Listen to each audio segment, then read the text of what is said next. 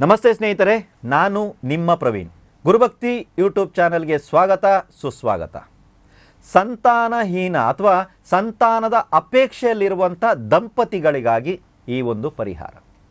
ಭಾಳಷ್ಟು ಪರಿಹಾರಗಳನ್ನ ನಾವು ಈಗಾಗಲೇ ಕೊಟ್ಟಿದ್ದೀವಿ. ಆದರೂ ಸಹಿತ ಮತ್ತೊಮ್ಮೆ ನಿಮ್ಗೆ ಹೇಳ್ತೀನಿ, ಸಂತಾನಕ್ಕೆ ಕಾರಣ ದಂಪತಿಗಳಿರುವರು. ಇದನ್ನು ಮನಸ್ಸಲ್ಲಿ ಇಟ್ಕೊಳ್ಳಿ. ಯಾರ್ದೋ ಒಬ್ಬರ ಜಾತಕವನ್ನು ತಗೊಂಡು ಬಂದು ಸಂತಾನ ಯೋಗ ಇದೆಯಾ, ಇದ್ದರೆ ಯಾವಾಗ, ಯಾವ ಮಗು ಇದೆ ಅನ್ನುವಂಥದ್ದನ್ನು ಕೇಳುವಂಥದ್ಕಿಂತ ದಂಪತಿಗಳಿರ್ವರ ಜಾತಕವನ್ನು ತಗೊಂಡು ಬಂದು ಈ ದಂಪತಿಗಳಿರ್ವರಿಗೂ ಯಾವಾಗ ಸಂತಾನ ಯೋಗ ಇದೆ, ಇದೆಯಾ ಇಲ್ವಾ, ಇದ್ದರೆ ಯಾವಾಗ, ಯಾಕೆ ಆಗ್ತಾ ಇಲ್ಲ, ದೋಷ ಏನಿದೆ ಇತ್ಯಾದಿಗಳನ್ನು ತಿಳ್ಕೊಳ್ಳಿ.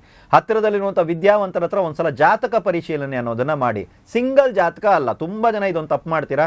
ಸಂತಾನ ಅಂದ್ರೂ ಹೆಣ್ಣು ಅಥವಾ ಗಂಡು ಮಾತ್ರನೇ ಮುಖ್ಯ ಅಲ್ಲ, ಹೆಣ್ಣು ಗಂಡು ಇಬ್ಬರು ಮುಖ್ಯ ಅನ್ನೋದನ್ನು ದಯವಿಟ್ಟು ತಲೆ ಒಳಗಡೆ ಹಾಕ್ಕೊಳ್ಳಿ. ಇಲ್ಲ, ನಮಗೆ ನಾರ್ಮಲ್ ಆಗಿ ಆಗಲ್ಲ, ನಾವು IVF ಇತ್ಯಾದಿಗಳಿಗೆ ಮೊರೆ ಹೋಗ್ಬೇಕಾ, ಪ್ರತಿಯೊಂದಕ್ಕೂ ಉತ್ತರ ಸಿಗುತ್ತೆ.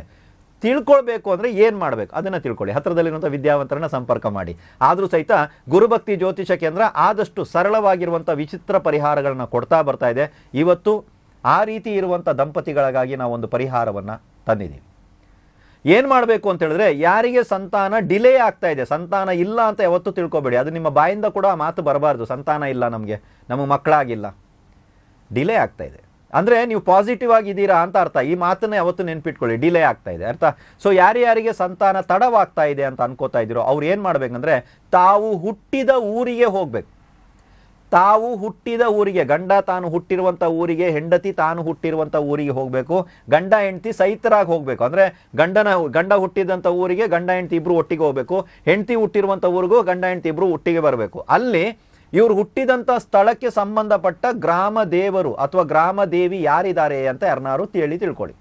ಅವರ ಬಳಿಗೆ ಹೋಗಿ ಗಂಡ ಹೆಂಡತಿಯರಿಬ್ಬರು ಸಂಕಲ್ಪ ಇತ್ಯಾದಿಗಳನ್ನು ಮಾಡಿ ಅರ್ಚನೆಯನ್ನು ಮಾಡಿ, ತನಗೆ ಒಬ್ಬ ಪುತ್ರ ಸಂತಾನವೋ ಅಥವಾ ತನಗೆ ಒಂದು ಸಂತಾನ, ಗಂಡೋ ಹೆಣ್ಣೋ ಪರವಾಗಿಲ್ಲ, ತನಗೊಂದು ಸಂತಾನ ಇತ್ಯಾದಿಗಳನ್ನು ಆದರೆ ನಾನು ಬಂದು ನಿಮಗೆ ಒಂದು ಹರಕೆಯನ್ನು ತೀರಿಸ್ತೀನಿ ಅನ್ನುವಂಥ ಒಂದು ಹರಕೆಯನ್ನು ಹಾಕಿ. ಹರಕೆ ಏನಾಗ್ತೀರಾ, ಯಾವುದಾದ್ರು ನೈವೇದ್ಯ ಇತ್ಯಾದಿಗಳನ್ನ ಹಾಕ್ಬೋದು, ಅಭಿಷೇಕ ಇತ್ಯಾದಿಗಳನ್ನ ಹಾಕ್ಬೋದು.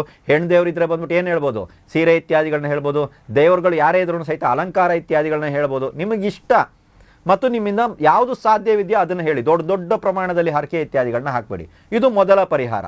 ಈ ಪರಿಹಾರ ನಾನು ಮಾಡ್ಕೊಂಡ್ಬಂದೆ. ಗಂಡನ ಮನೆ ಕಡೆನೂ ಹೋಗ್ಬಿಟ್ಟು ಬಂದೆ, ಹೆಂಡತಿ ಮನೆ ಕಡೆನೂ ಹೋಗ್ಬಿಟ್ಟು ಬಂದೆ, ಗ್ರಾಮ ದೇವ್ರನ್ನ ಮಾತಾಡ್ಸ್ಕೊಂಡು ಬಂದಿದ್ದೀವಿ. ಆಯಿತು. ಯಾವ ದಿನ ಮಾಡಬೇಕು, ದಿನದ ಅವಶ್ಯಕತೆ ಇಲ್ಲ, ನೀವು ಯಾವಾಗ ಬೇಕಾದ್ರೂ ಮಾಡ್ಬೋದು. ಇದಾದ ನಂತರ ನೀವು ಕ್ಯಾಲೆಂಡರ್ನ ಚೆಕ್ ಮಾಡಿ. ಮೃಗಶಿರ ನಕ್ಷತ್ರ ಭಾನುವಾರ ಬಂದಿರಬೇಕು. ಈ ದಿನಾನ ನೆನ್ಪು ಮಾಡ್ಕೊಳ್ಳಿ, ಆಯಿತಾ. ಇದೇ ದಿನ ನಿಮ್ಮ ಕುಲದೇವರ ಹತ್ರ ಹೋಗಿ ಅಲ್ಲಿ ಕೂಡ ಒಂದು ಅರ್ಚನೆ ಇತ್ಯಾದಿಗಳನ್ನ ಮಾಡಿ, ಸಂಕಲ್ಪ ಇತ್ಯಾದಿಗಳನ್ನ ಮಾಡಿ, ಪುಟ್ಟದಾಗಿರುವಂಥ ಒಂದು ಹರಕೆಯನ್ನು ಹಾಕ್ಕೊಂಡು ಬನ್ನಿ. ಸಂತಾನಕ್ಕಿರುವಂಥ ತಡೆ, ಸಂತಾನಕ್ಕಿರುವಂಥ ದೋಷ ನಿವೃತ್ತಿ ಆಗೇ ಆಗುತ್ತೆ.